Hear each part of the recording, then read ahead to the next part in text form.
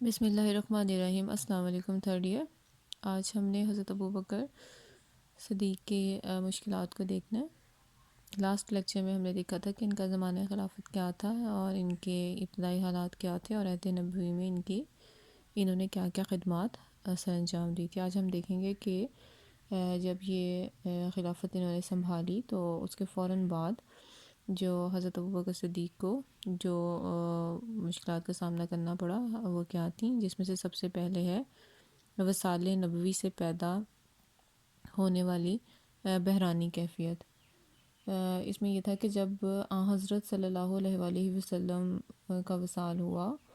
تو وہ اتنا عظیم سانحہ تھا کہ اس کو جو ہے کسی بھی حوالے سے اس کو ایکسیپٹ کرنا جو تھا وہ سب کے لیے جو تھا وہ بہت ہی مشکل تھا، اور صحابہ کرام کو اس وقت یقین ہی نہیں آ رہا تھا کہ ان کے محبوب قائد واقعی ان سے جدا ہو گئے ہیں۔ اور اس وجہ سے سب سے جو ایک بحرانی جو کیفیت ان کی وفات سے جو تھی وہ پیدا ہو گئی تھی، جس سے اور اس وقت پھر صورتحال جو تھی اس کو سنبھالنا جو تھا اس صورت میں بڑا ہی مشکل ہو گیا تھا۔ دوسرا یہ تھا کہ ان کے جو جیسے ہی ان کا وصال ہوا تو جو داخلی انتشار تھا وہ پیدا ہوا۔ ان کی وفات کے بعد کے جتنے بھی جو منافقین تھے وہ اٹھ کھڑے ہوئے، اور انہوں نے کیا کیا کہ انہوں نے جو اوس و خزرج سے متعلق جو قبائل تھے ان میں سے انہوں نے انصار کو جو تھا وہ اس بات پر اکسایا کہ خلافت انصار کا حق ہے، اور مطلب ہر لحاظ سے ہم جسے کہتے ہیں کہ ایک داخلی طور پر جو تھا وہ انتشار اس وقت پیدا ہو گیا تھا۔ ساتھ ہی یہ ہوا کہ ان کی وفات کے ساتھ ہی جو ارتداد کی ایک لہر دوڑ اٹھی تھی، کیونکہ ایک خلا پیدا ہو گیا تھا آپ کی وفات سے، اور جس کو پور کرنا جو تھا وہ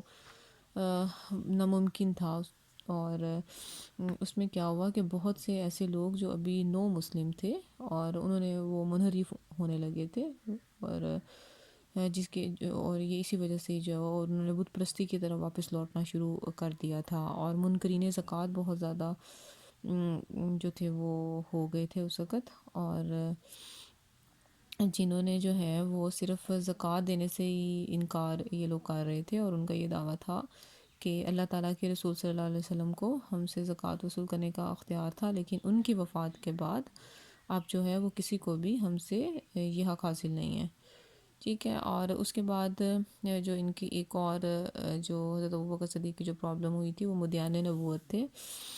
کہ متدین کی اکثریت نے اسلام سے انحراف بھی اسی لیے کیا تھا کہ وہ جھوٹے نبیوں کے معتقد ہو گئے تھے، جیسے اس وقت طلیحہ سجاد تھے، مسلمہ تھے، اور اسود انسی نے نبوت کا دعویٰ کیا تھا، اور مسلمہ اور جو اسود انسی ہے اس نے تو حضرت صلی اللہ علیہ وسلم کی زندگی ہی میں